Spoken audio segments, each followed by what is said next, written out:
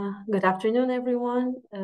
Thank you for joining us today for this members and partners open hour. Today we are going to talk about our content partnership and our plans for the advocacy campaign for the upcoming European elections.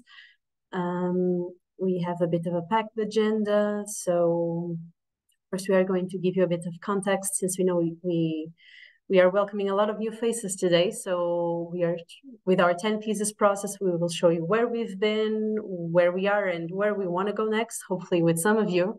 And in this, we are going to walk you through our manifesto as well, and highlighting our two core messages that we are going to bring to our campaign, the initiatives that we have planned for said campaign, and where do you, as a partner or a member, where do you fit in this campaign? Where is your contribution?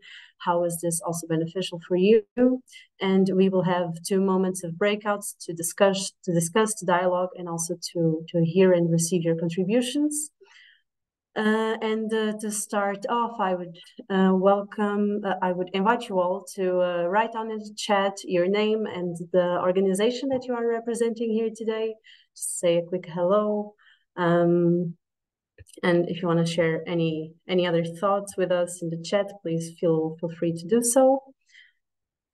And while we do that, and hopefully some more people will join us soon, I would hand it over to Nina so that she can start filling us all in on the context and why we are here and how we came to be here.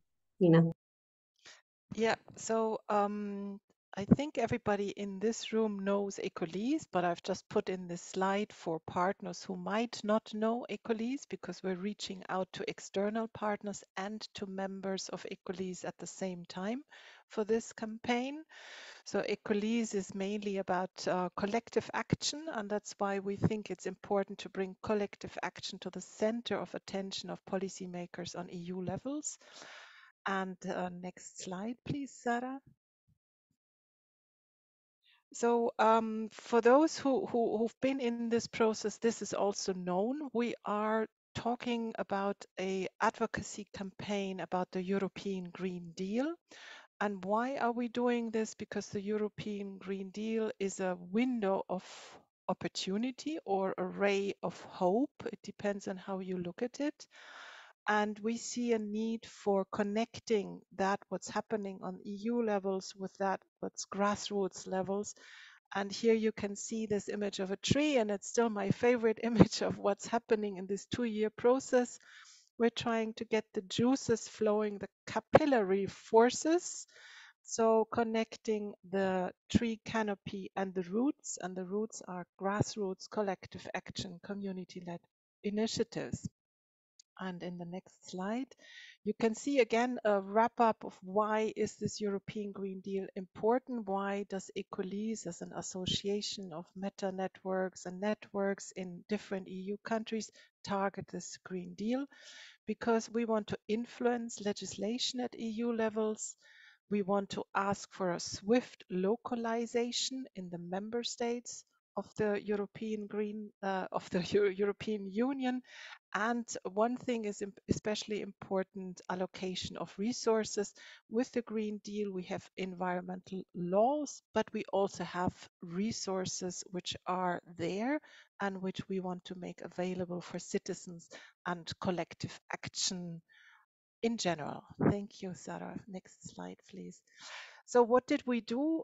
We did this process 10 theses towards transformative community-led local development policies. And that's been running for 2 years now.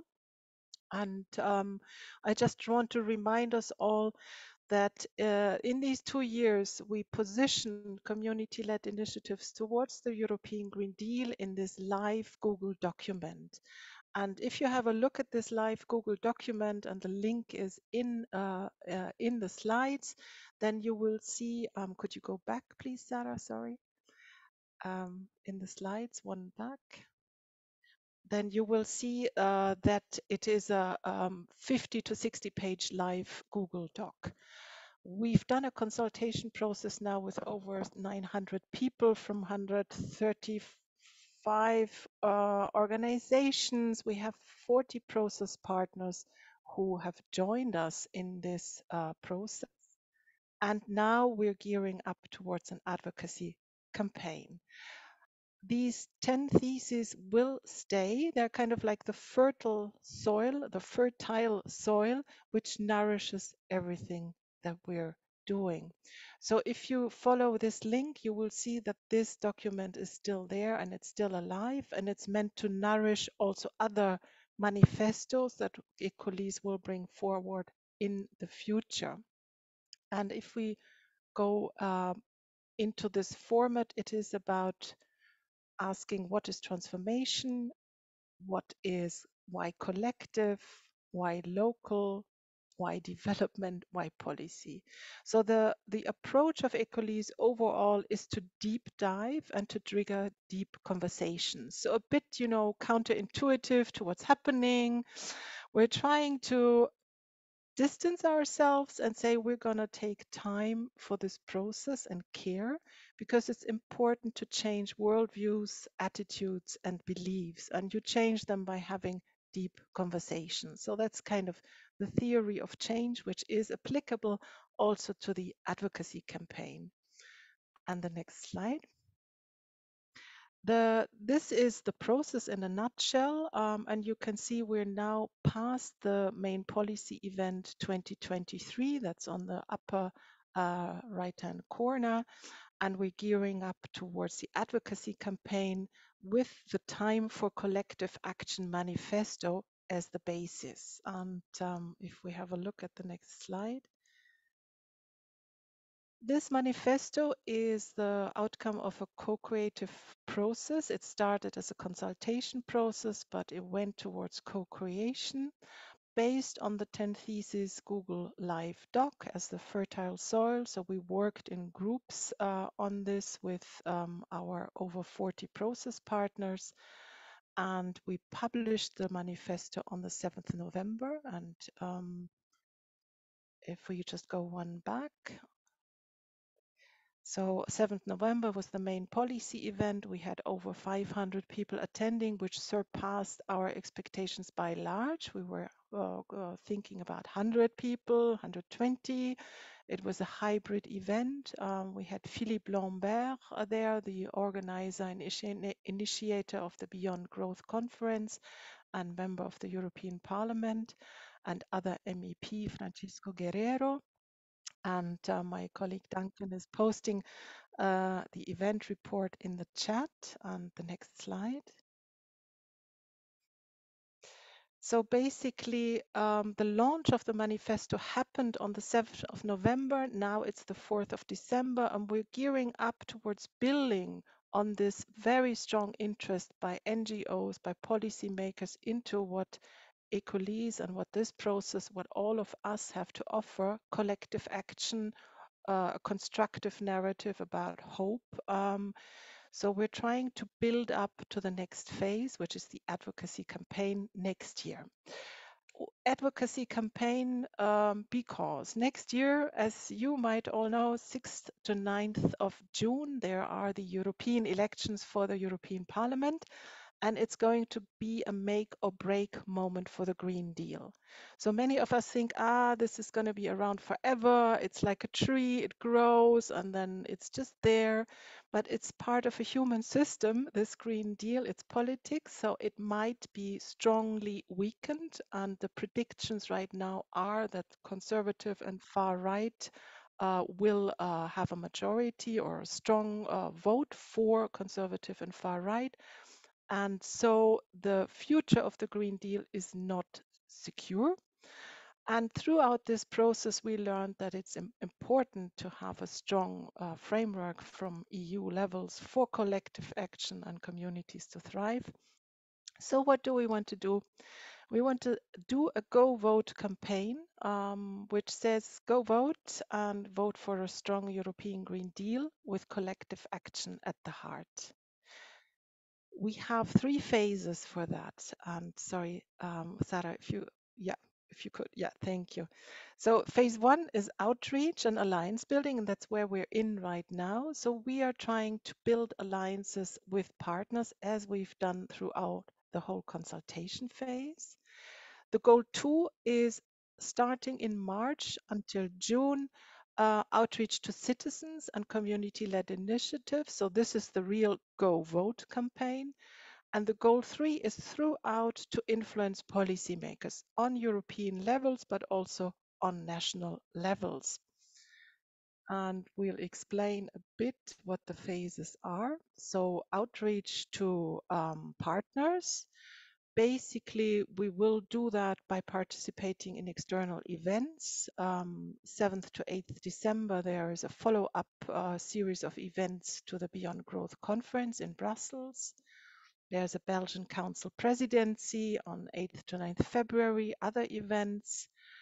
And we're building up to having about 20 to 30 partners who are ready to engage with us in a storytelling workshop in March next year, where we want to explore a diversity of voices around two core messages based on the manifesto. And we're going to talk about this in a jiffy.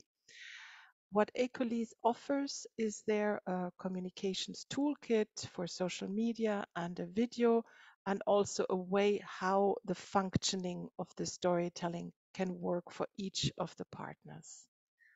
Next slide. We'll build in this alliance building phase, obviously, on the partners that we've worked with already. So there are around 40 process partners who have been part of the consultation phase. And in the next slide, you can see about 10 or 11 partners who already confirmed that they support the manifesto. They read the manifesto, they say yes to the content, and they say yes to being part of an advocacy campaign. Next slide. Yay, and this is the part where we do an energizer. So this was a lot of talking, and I invite you just to take a moment and look at something green, take a breath, and the green doesn't need to be the slide that you're seeing in front of you. If you're lucky and you have an outside nature part where you can just have a look at nature and take a breath and just let it sink what this short journey across 2 years, which message this sent to your body and to your mind.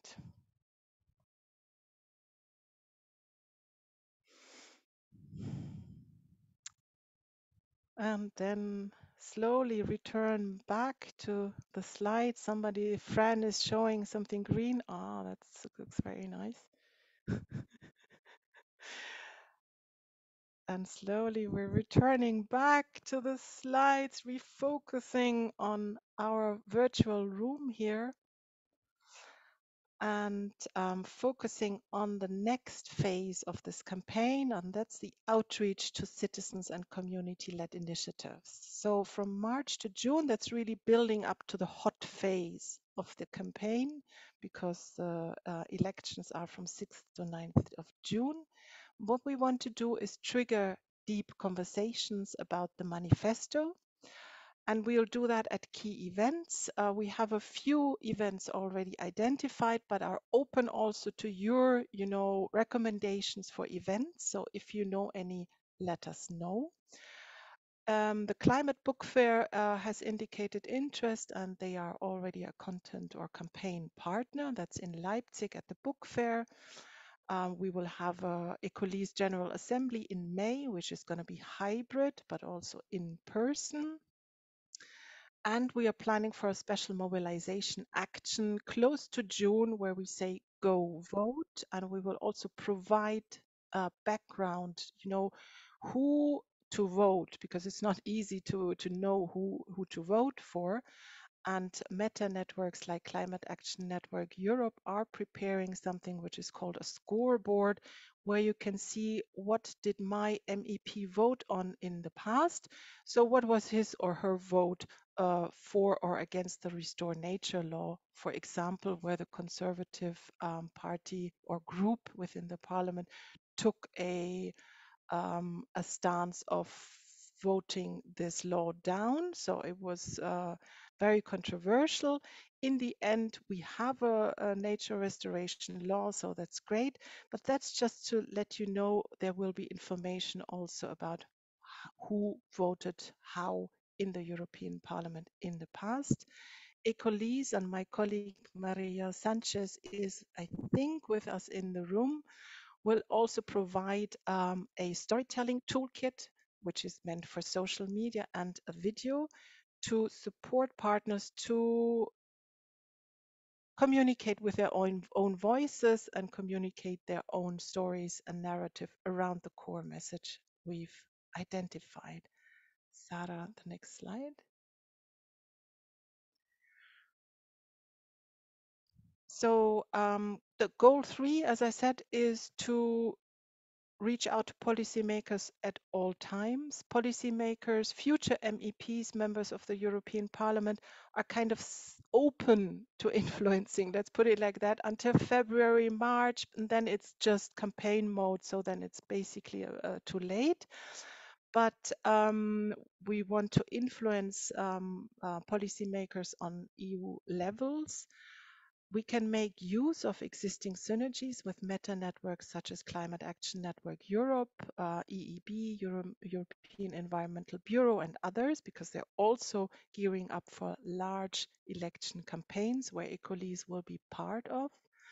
And we want to provide regular feedback to policymakers on this campaign. So say there will be a website where you can sign up to the manifesto. We want to have a lot of signatories, and we want to feed back to policymakers, look, these people support a strong and ambitious European Green Deal with collective action at the heart. And the next slide. The Time for Collective Action Manifesto, which we published on the 7th of November, is the basis of the messages we bring. It is something where ECOLISE members and partners vote into and support it one by one. And to support it, it's very easy.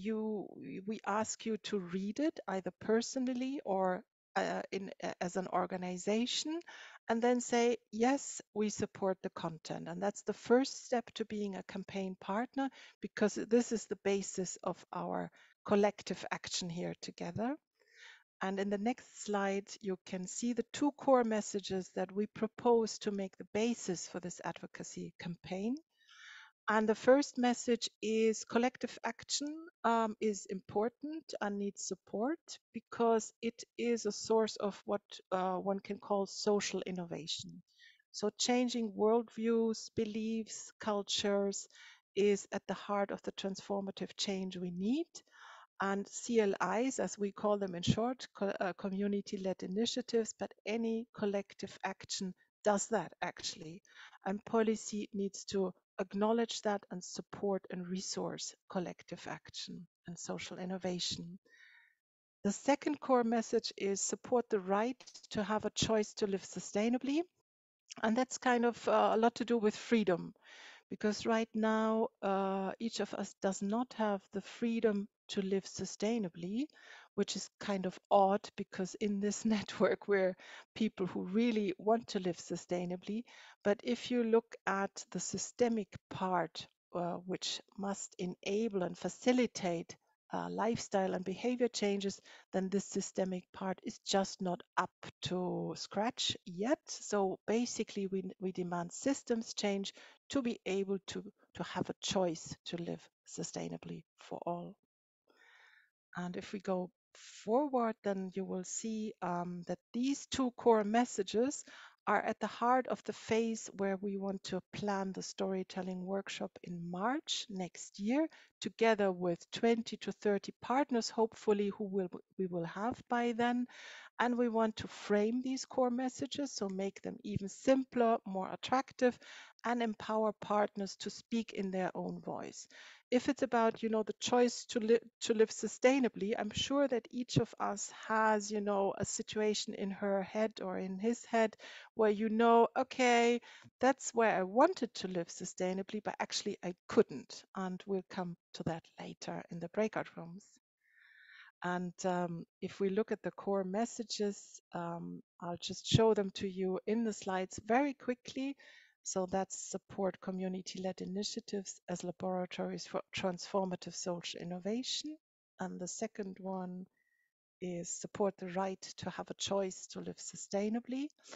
And in the breakout rooms, which are upcoming, you will have a possibility to read the manifesto and reflect on it and then take notes. How would you use these messages for your organization's agenda setting and issue raising? That's very policy advocacy talk.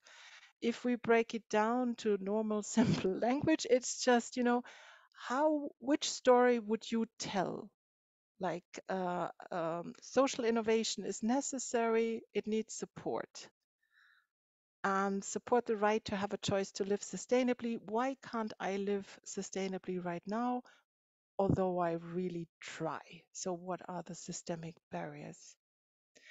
And I guess, Sarah, this is the point where we're entering in the breakout room. So I hand over to you at this point. Yes. So as Nina said, we are now going to, our colleague Laura will split us in breakout rooms, and we invite you to go back. You will have access to these slides. We invite you to take 5 minutes just to, again, go through these two key messages if you're not as familiar with them. And with them in mind, go back to discussing with your group, take 5 minutes for that discussion. Putting your organization hat, how would you bring these messages home? How do they adapt to your local reality, to the work you do, to the communities with which you engage? And we invite you to have a lively discussion with your breakout room partners. And in the following slides, you will see, according to the number of your breakout room, you will have these text notes where we would like to have your thoughts, your results. And after 15 minutes, we will come back to the plenary and we will discuss. And it's possible there will be an ECOLISE member with you in the breakout room. So in case you need any guidance or any clarifying questions.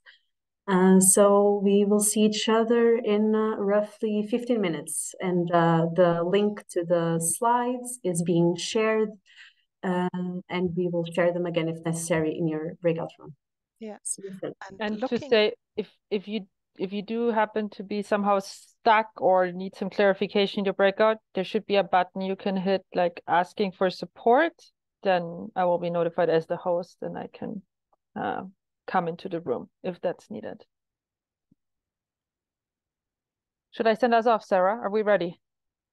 Yeah, I just put in the chat. I think we can take 20 minutes because we're 5 minutes early, which is amazing. Yeah, perfect. Yes, Laura, we are ready. Okay. I see some people also left. Something must be scary about breakout rooms. Okay, let me just reshuffle slightly. Okay. I'm not seeing the breakout rooms. Yeah, just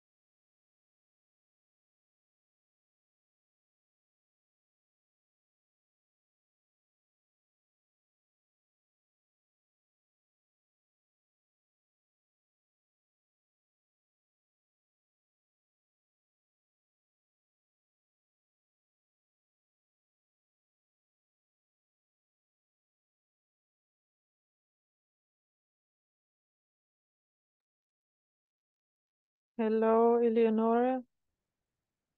Mm.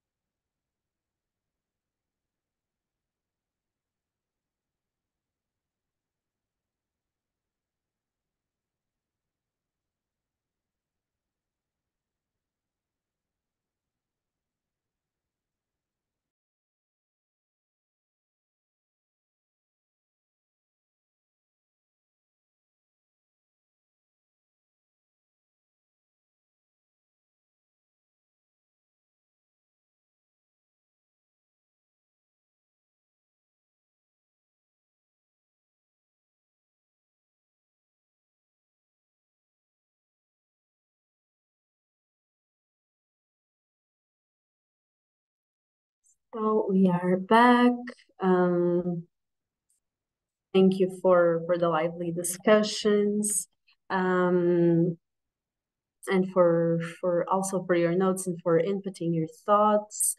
Now we go back to our presentation, and we will have 10 minutes for a plenary. And I would invite some breakout room members if you would like to bring up some outstanding thoughts that came up within your group, or something that you individually or as your organization, something that resonates more with you and that maybe you shared with your breakout room, but you also want to say here with the rest of the group. The floor is yours. We would like to hear from you.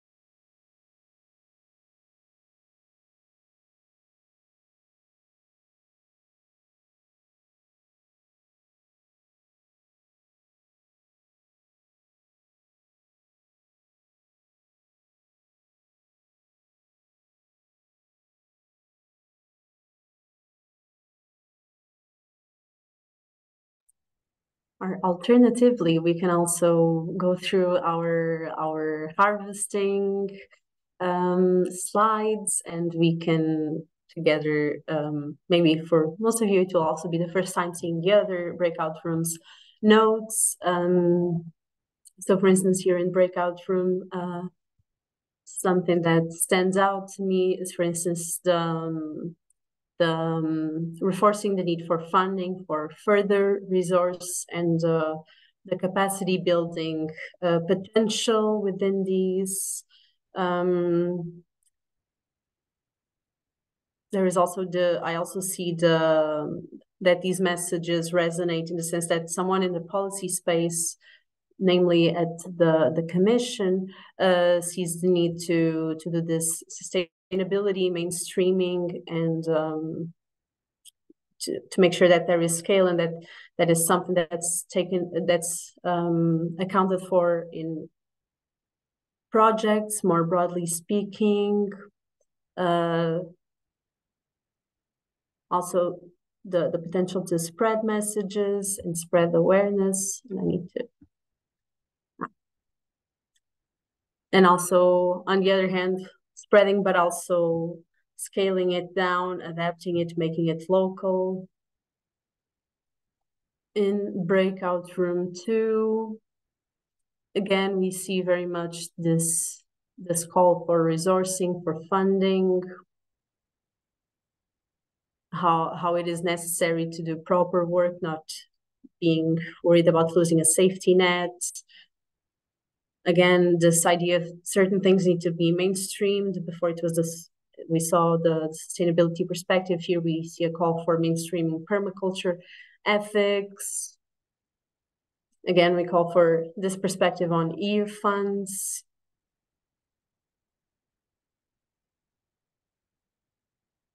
And interestingly, also in breakout room, we see a gap on informing citizens. So there is this gap, maybe of capacity building and mainstreaming of some more sustainable and climate friendly notions. In breakout room 3, we saw how sometimes this having this manifesto as a backup for advocating nationally, if one is in a context where regulations are more conservative or where the movement is not as ambitious, having this strong backup, this blueprint of what is happening collectively across Europe with this manifesto could propel other advocacy efforts.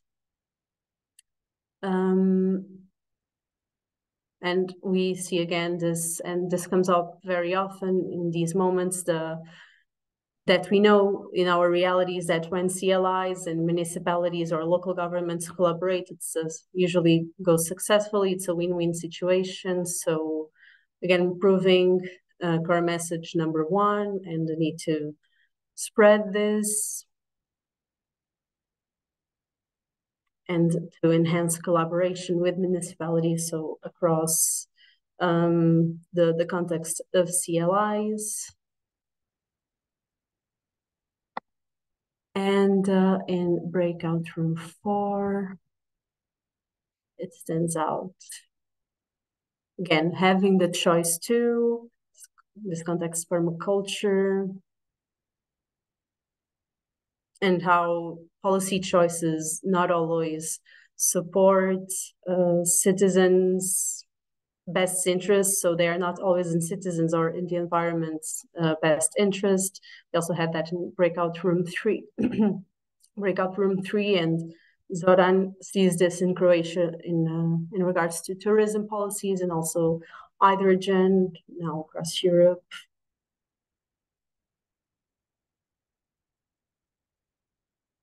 And also the fact that the manifesto not only brings needs and calls for action, but also comes up with solutions and with proofs that these solutions have worked in the past and that they can bring good results. And now with this very, very quick recap, if anyone else would like to input on some more considerations, maybe something that you read or heard from another breakout room that you would like to engage with or that you agree with.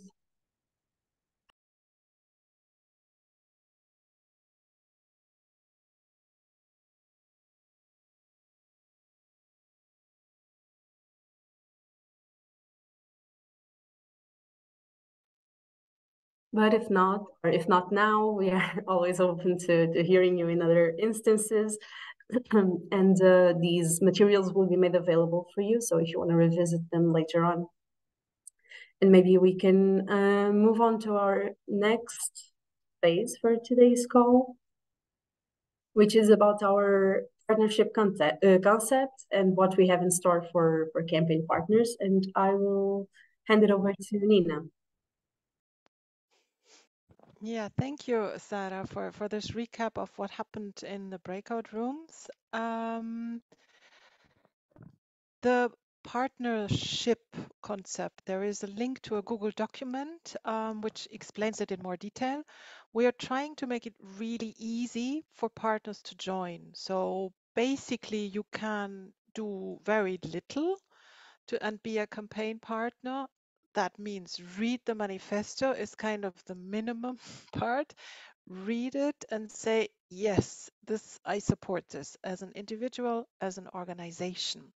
We will have a micro website where we reach out to citizens and community-led initiatives and to sign the manifesto as individuals, with a possibility to send an email to your member of the European Parliament saying, I support a strong European Green Deal. If you do that too, then I'm all for you. So just in a nutshell, this microsite will be up next year. So reading the manifesto, saying yes, and supporting the campaign with a bit of communication, depending on what you have. If you can do mailing, great. If you can talk to people around you, great. If you are strong on social media, wonderful. So anything you can bring on communication, and I mentioned really talking to your neighbors as the most efficient instrument, that would be it. Joining us in coining your own messages is then something which we plan to do, because we think our message will get powerful if we have these core messages, and then we have very different voices coming from different sides and repeating the core message, but in very different ways.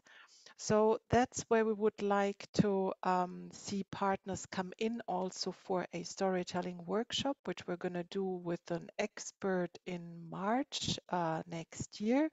We're going to have 2 preparatory meetings up to that workshop, because we want to work with our partners on how do we frame these 2 key messages? How do we enable all of the partners to have their own voice and bring many diverse voices to this campaign? ECOLISE is planning 3 to 4 events, so a few of them were mentioned already, and it would be great if you could participate in these events and also alert your environment, your network about these events. If you want to get even more active, and we've heard in the breakout rooms about some partners who have their own campaigns targeting the European elections, then you could, for example, organize own events and take the manifesto, take the food for thought that we've prepared, but also a blueprint for events, which we can give you. Also guidance if you're looking for good practice examples, so there are resources ready. Something which is ongoing is input to the 10 theses as the fertile soil of the manifesto, which we're going to build further. So that is also always welcome. So the message here is there is a, how do you say, a ladder of participation or a level of participation. If you say, I have really interesting stuff, but I have no time, but I'd like to support you, read the manifesto and sign up as a partner and communicate it around you. If you say, we're doing a similar thing, I can see total synergies, or I just want to be in this, then you can get more engaged. And I think now we're going towards the second breakout room. Sarah, over to you. Yes, so in the second breakout room, now that Nina laid out for us what does it mean to be a campaign partner, we invite you to think as a prospective campaign partner. We hope how would you be benefited by joining us in this campaign? How would that double down on the efforts of your organization, and also what type of participation could you have? What type of contributions could you bring in? We are aware that within our member network, within our members, our partners, some are more involved in policy advocacy than others, and there's a variety in terms of the work that's being developed. So we also see that the contributions and the benefits here will be different. And at this point, we would like to harvest that. Again, we invite you to put your organizational hats on and knowing now the requirements and the options that we offer you, how do you see yourself joining as a campaign partner? How would you benefit from it, and what can you bring? And again, we will share the link to the slides. We will follow the same format of notes taking, and you will have access as well to these 2 slides, so that maybe you can digest them with a little more time. And we will see each other in 15 minutes. I don't know if there are any questions before we So yes, I don't think there are any questions, and we will see you in 15 minutes. My colleague Laura will.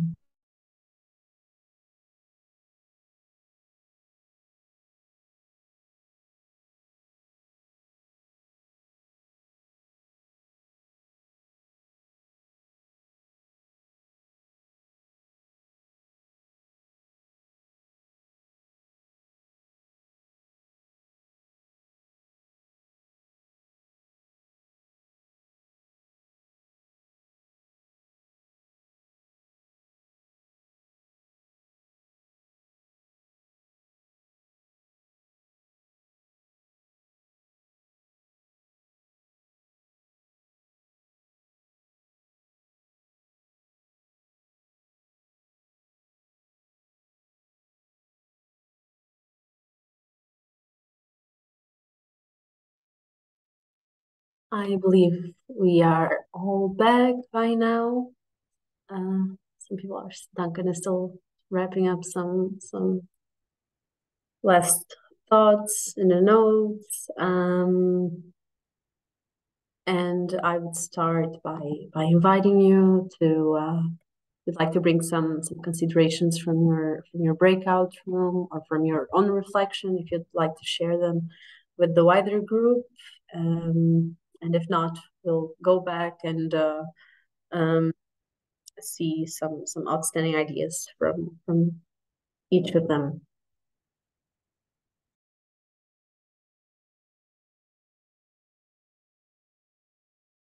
I would like to just thank everyone. I'm finding that every time we come together, and this has been a few months process, there's so much wisdom and there's so much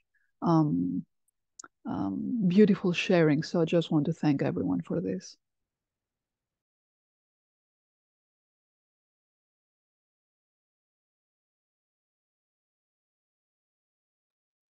Thank you, Liliane. It's mutual, reciprocal from us at ECOLISE. We appreciate the time and effort you dedicate to these moments for these calls and for these reflections. Maybe I'd start with a bit of a recap of what we talked about in this second round. So from what I could see from the notes you took, we mentioned here that within your organizations, or this is a suggestion that you are bringing forward about some groups that we can try to target to increase our reach, and these include universities and some of the educational context, be it in spreading the message, but also developing some initiatives within these contexts. We also heard the suggestion of reaching out to some religious or good faith groups that also have an involvement with environmental causes, as these oftentimes are also closer to people, so there's the potential for synergies there. Some of you have networks of your own that you can mobilize for spreading the message, raising awareness within, again, acknowledging that maybe your network is not as politicized, or maybe they are politicized in a different way, but there is room nevertheless to also introduce this campaign within it. And then I could also notice that across the rooms there was this idea of using these messages, this campaign, to connect with your neighbor, to connect with your community, to bring to create a bit of an emotional connection and a relational connection that can help to change minds and open perspectives. Also the notion and the importance of tailoring these two core messages that we put forward, and our campaign endeavors to tailor them to the specificities of your communities, of your organizational contexts, because at the end of the day, we need to meet people where they are, and that's how we can reach them. And this is something that one of the reasons why we are hosting the storytelling workshop, and the reasons we are preparing these media tools for you, toolkits for you, pardon me, these toolkits for you so that you can do that adaptation to yourselves. And I'll just ask for a moment.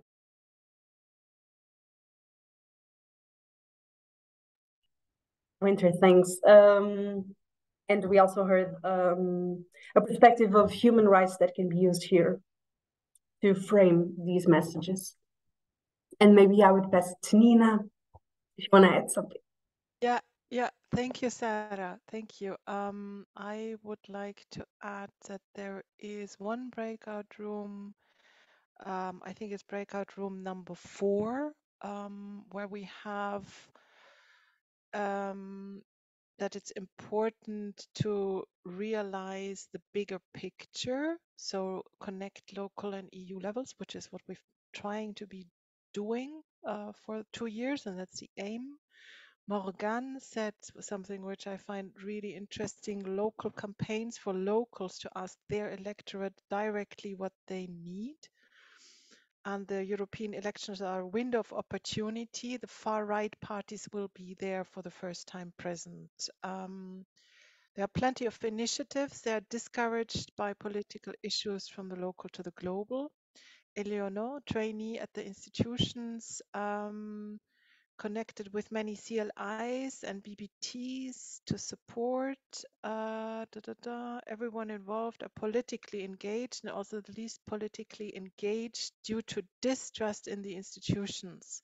Voting is very important to relate to messages that show that it makes a big difference. Student-led initiatives are also important to mobilize. How can ECOLISE help CLIs best? I think that's the recap. And I'm just going to share my screen, maybe.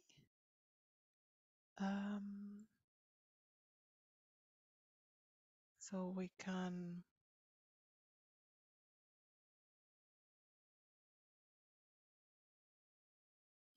So before you leave, there was a question in our breakout room: how can you become a campaign partner? As I said before, there are very different levels, and it can be very simple and it can be more engaged, just what is good for you and fitting. So read the Time for Collective Action Manifesto. The link is in the slides, and we'll send a follow-up mail where you have the slides and all the links. Join the campaign as a campaign partner is simple. Behind this word campaign partner, there is a link with a survey on the website of ECOLISE, Communities for Future, and you just fill in this survey where we ask what can you contribute, what are your ideas, please upload your logo. And we're doing this survey to find out what do our partners bring and how can we work together best. There are no deadlines. So up until the vote, 6th to 9th of June, it's possible to join. But if you want to be involved in the storytelling workshop in March, it would be great if you could sign up until February the 10th, so we can build together a little group around the storytelling workshop, which will have 2 preparatory meetings before. This is basically it. If you have questions, which might be the case, we have arranged 2 open office hours with me, one on January the 17th, 4 o'clock CET to 5 o'clock CET in the afternoon, and the next week, January the 24th. And you can just email me if you want to participate in these meetings, or just click on the link, which will lead you to the Google Calendar event right away. And then you'll find the Zoom link in there. And that is it from me. And I would just like to take a few moments to have a look at all of you. And also at Sarah. I hope you're doing okay, Sarah. So if you want to, we can also stop the recording here for those who have stopped the recording. So for those who want to show their faces, have I? No, I haven't. Now.